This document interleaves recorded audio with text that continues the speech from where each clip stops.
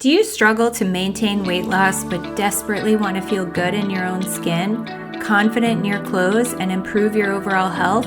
If so, you're home. Hey, I'm Sam. I'm an elder millennial, dietitian, specialist in weight management, and former functioning fat girl. I learned how to win at weight loss by breaking free from diet culture PTSD. My mission is to marry the science with practical, real-life strategies because we all know if it's not realistic, it's not happening. Are you ready to ditch diet culture and learn how to win at weight loss? Grab your water bottle and let's go. Friends, are you stuck?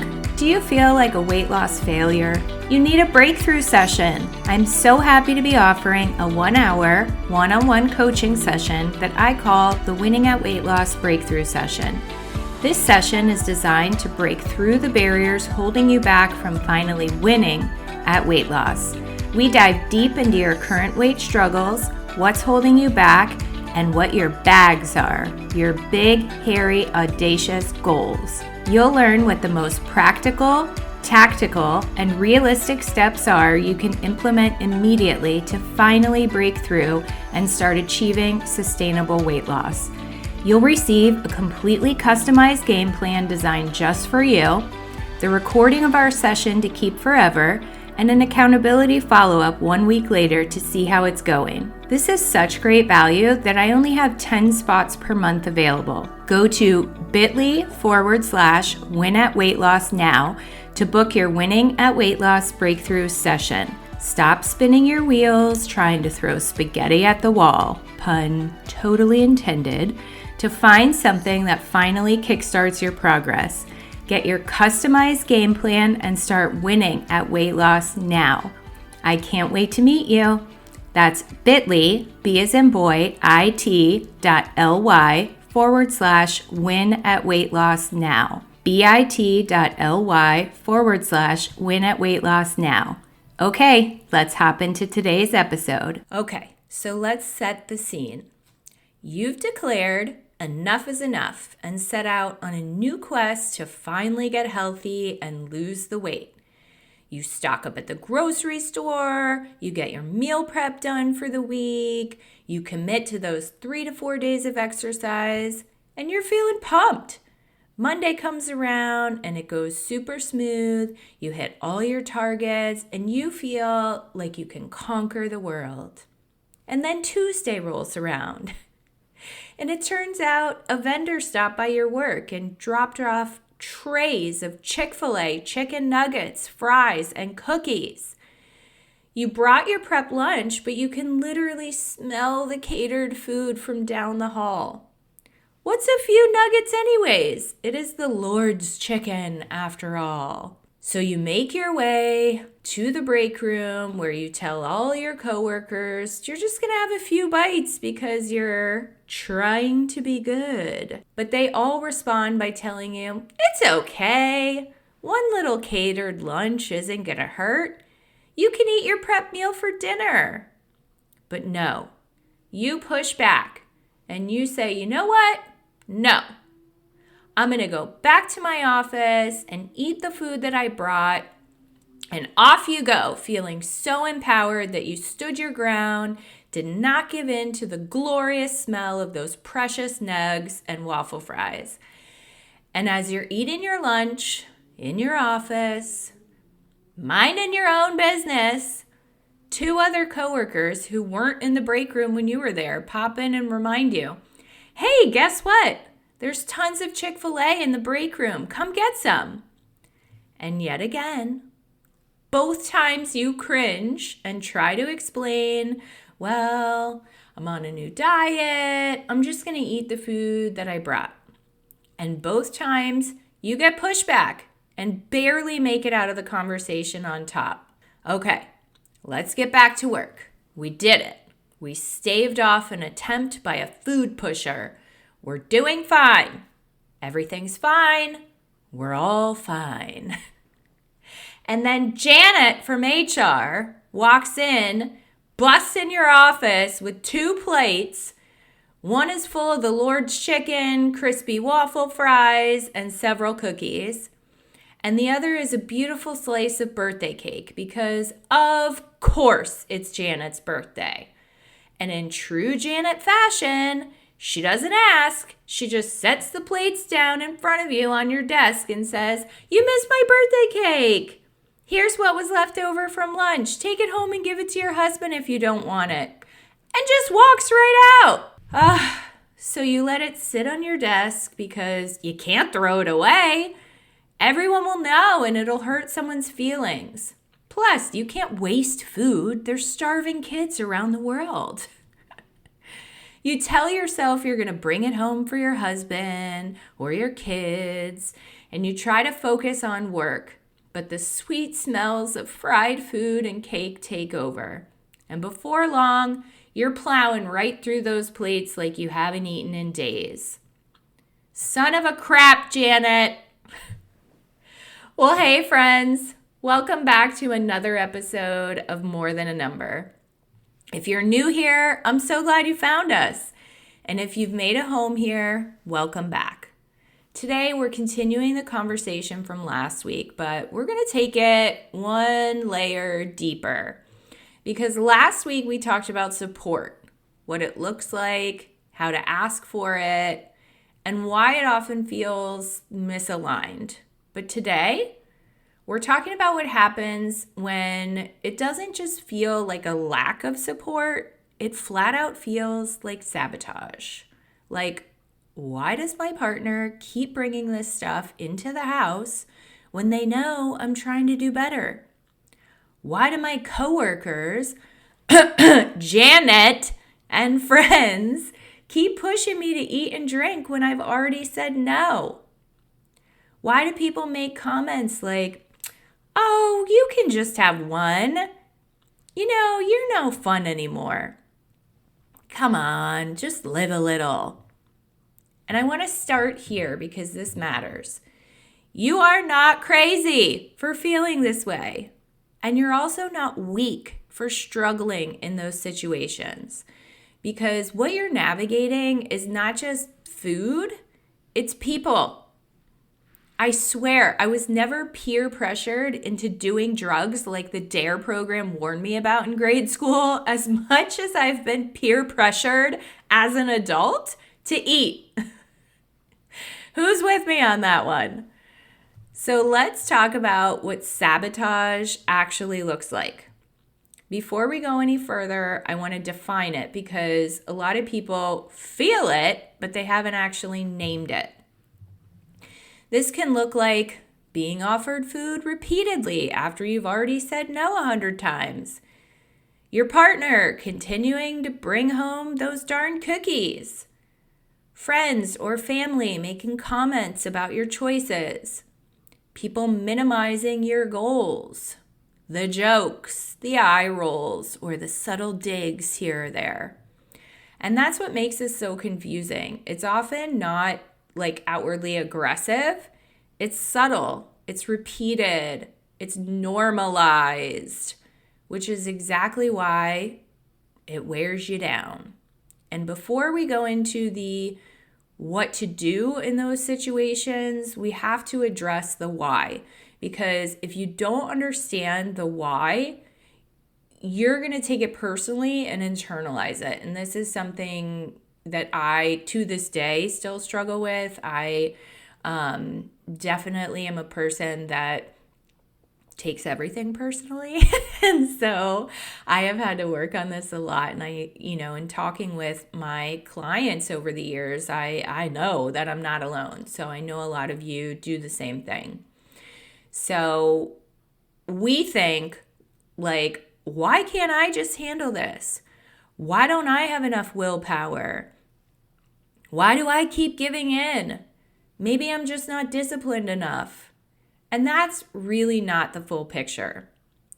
We touched a little bit about this in the last episode, but I want to dive deeper here because this can, like I say, be truly transformative in how you process and handle these situations and the people that are in them. So, number one, change feels like a threat.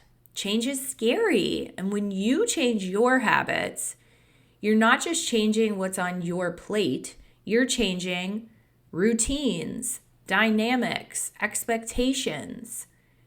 And if your relationship with someone has always included and revolved around going out to eat and drinking together, happy hours, sharing certain foods, I hear a lot from clients that their partner, like they have a nighttime ritual where after dinner and everybody's gone to bed and it's just them, it's their downtime, that they automatically will go into the kitchen and get their like sweet treat. They have ice cream while they're watching TV, or they have cookies while they're watching TV.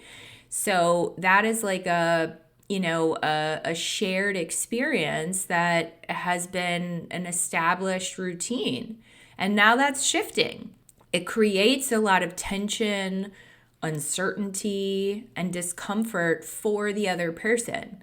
Not because you're doing anything wrong, but because that normal is changing.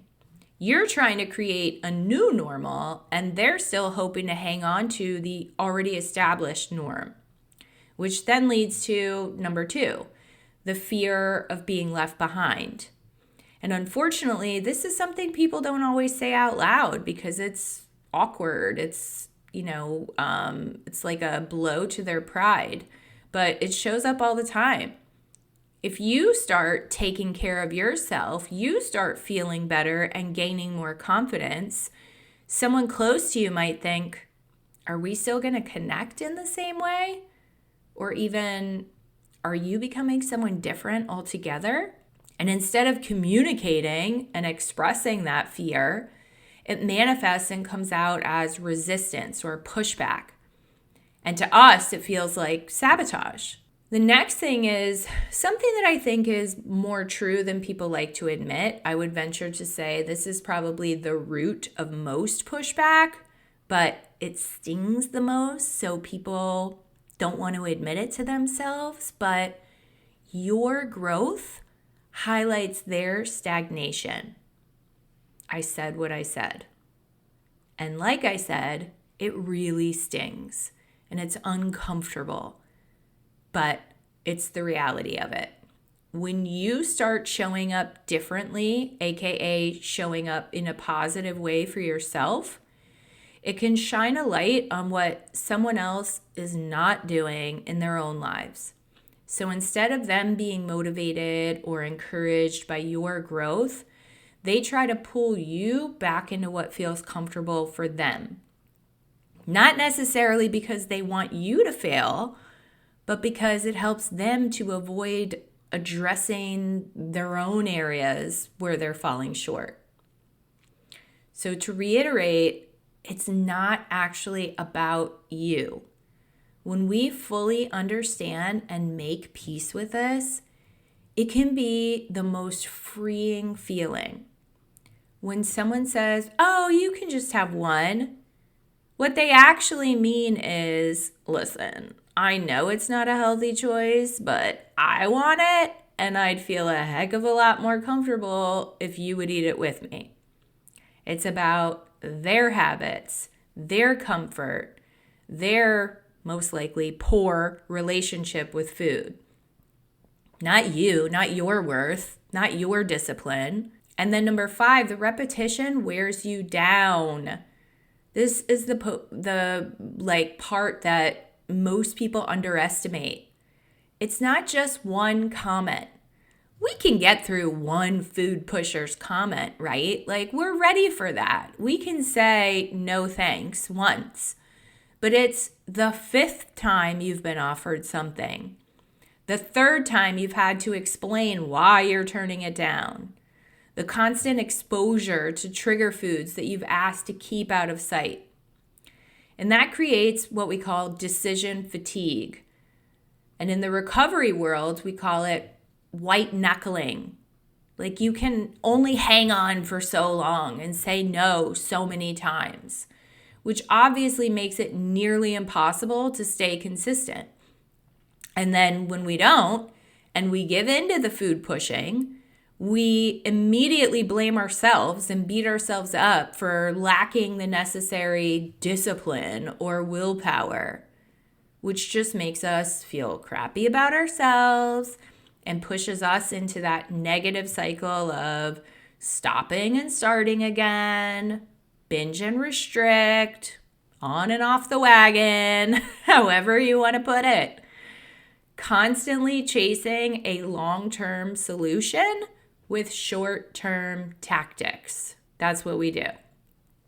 Now, here's where we bring some balance into this, because I don't want you walking away from this episode thinking like, everyone sucks, everyone's against me, I have to cut everyone out of my life and completely isolate myself from all people and places that I care about. That is absolutely not the message here, I promise.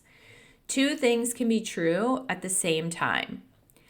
They may not intentionally mean harm or intentionally be trying to sabotage your goals, and their behavior is still making it incredibly difficult for you.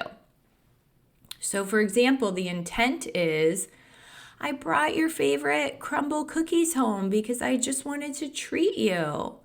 But the impact is you're being pulled back into old patterns. So we can give people grace for their intent while still protecting ourselves from the impact of their actions.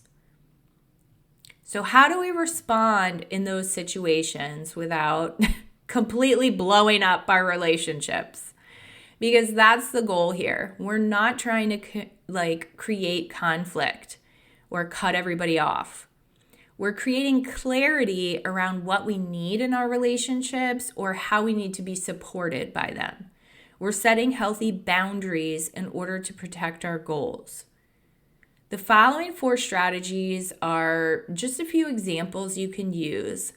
Obviously, you take what helps and leave what doesn't. Make them work in your life and in your situations. Okay, strategy number 1. We are calm but direct.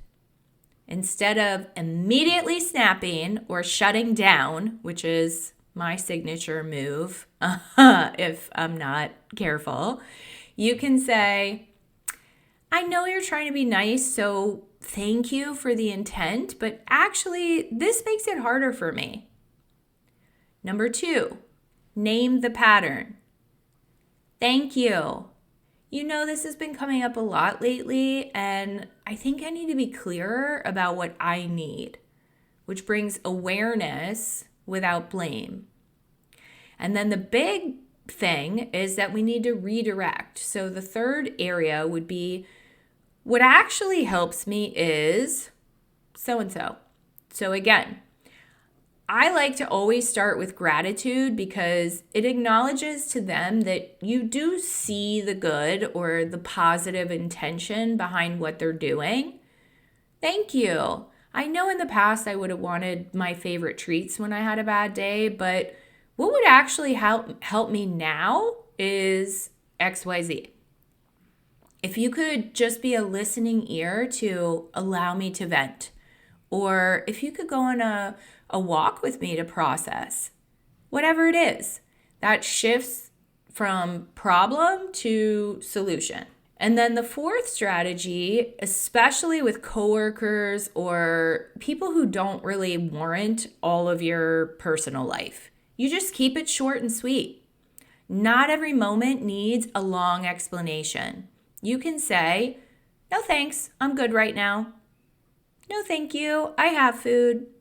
I'm good, thanks, I'm not hungry. And move on. The key there is not to be wishy-washy. We want to speak with confidence, with authority. Not like, oh, thanks, but I'm really trying to make better choices. It does look really good, though, and it smells so good. That leaves a wide open gap for the food pushers to really get in there and push you right over the edge. We need to confidently declare it. No thanks, I'm good right now. Period. The end. Change the subject. Walk away. Whatever you need to do to confidently put that period at the end of that sentiment so they know to stop. So let's talk about boundaries because a lot of people misunderstand this. We hear that word a lot, and when it comes to food and health, it can get really misconstrued. A boundary is something you do to protect your goals. It's not controlling someone else or punishing someone else or forcing someone else to do a behavior they don't want to do.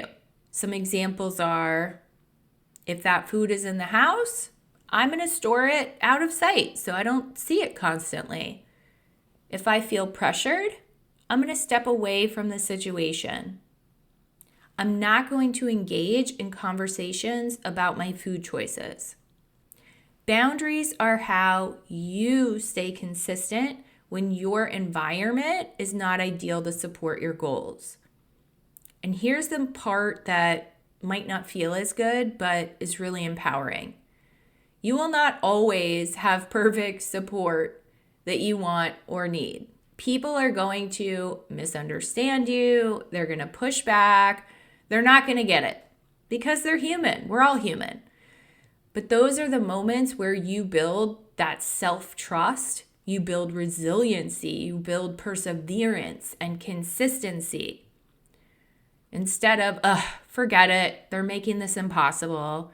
We shift into, you know what? I can still follow through even though it's not ideal. Now, I do want to stop here and make this very, very clear.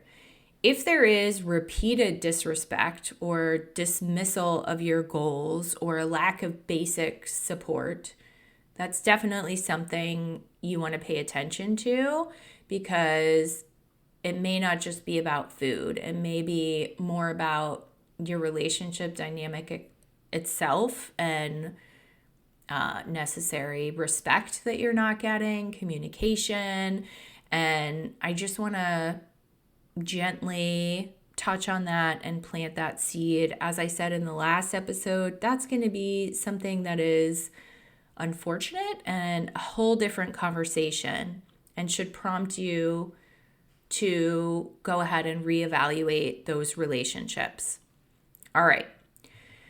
So let's bring this all together because we've covered a lot today, and I want to make sure you leave here not just understanding the information, but actually knowing what to do with it. So first we talked about what sabotage can actually look like and how it's not always obvious. It can be the repeated offers, the subtle comments, the pressure that feels small in the moment, but compounds and adds up over time. And that's what makes it so dang draining, the white knuckling, as we call it. Then we talked about why it happens. And this is really important because it helps you stop making it mean something about you. A lot of the time, it's coming from their discomfort with change, their fear of being left behind, and their relationship with food and habits. Not because you're doing something wrong. We talked about the difference between intent and impact. How someone can mean well, but still make it super difficult for you. And you're allowed to acknowledge both of those things at the same time. We walked through how to respond, not by blowing up relationships, but by being calm, clear, and direct. No thanks, I'm good right now. And then we talked about boundaries, which is really where your power lies, not in controlling other people, but in deciding how you respond to them, how you show up, what you engage in and what you don't. And here's what I want you to do with all of this, because listening to this is one thing, but practicing it is what actually creates the change. So pick one situation that you're struggling with. Don't try to fix everything at once. Just pick one situation. Maybe it's Janet, the coworker, offering you food every day, or your partner bringing the cookies into the house all the time, or your friend group pushing happy hour and drinks every other day. Just pick one and then decide your response ahead of time, because in the moment it's emotional. So instead, you decide in advance. what am I going to say when this comes up the next time? Because we know it's going to come up a next time. I'm good right now. Thank you. No thanks. I already ate. Simple, neutral, repeatable. You're not blaming anyone. You're not accusing anyone. You're just making a statement, creating a boundary, and boom, period, the end, walk away. And then practice it. Even if it feels awkward, it might feel super uncomfortable or unnatural or even like a little forced at first. That's okay, because you're essentially training yourself for those situations. You're building a new skill, and confidence comes from the repetition of it, not perfection. So stop explaining yourself to everyone. You do not need to justify your choices. You do not need to convince other people or win every conversation. Sometimes the most powerful thing you can do is just say your piece, stay calm, and move on. And then if they keep pushing, reinforce your boundary. Just gently repeat yourself. I appreciate you offering, I really do, but I'm good. You don't need a new answer every time. Consistency is what makes it stick. And at the end of the day, you are not responsible for how other people respond to your growth, but you are responsible for protecting it. And the more you practice setting those boundaries, using your voice, and staying consistent, the easier it gets, the more confident you become in your responses. Not because people are going to change, but because you will become more solid in how you show up. You can give people grace without giving up your progress. Let me say it again for those in the back. You can give people grace without sacrificing your own progress. If this episode helped you, I would love for you to share it with someone else who may need to hear it. And as always, if you've been enjoying the podcast, leaving a written review on Apple Podcasts would bless me so big and help more people find the show. All right, guys, I love you. God loves you. I'll see you next week. Hey, friend. I hope you feel empowered by this episode. If so, would you take 30 seconds to share it with another friend who needs it? Also, it would mean the world to me if you would leave a quick review for the show on Apple Podcasts. Your reviews are what helps it get seen by more people who need it. Okay, time to go show up for myself, and I hope you do the same. I'll meet you back here next week for another episode. Have a blessed day.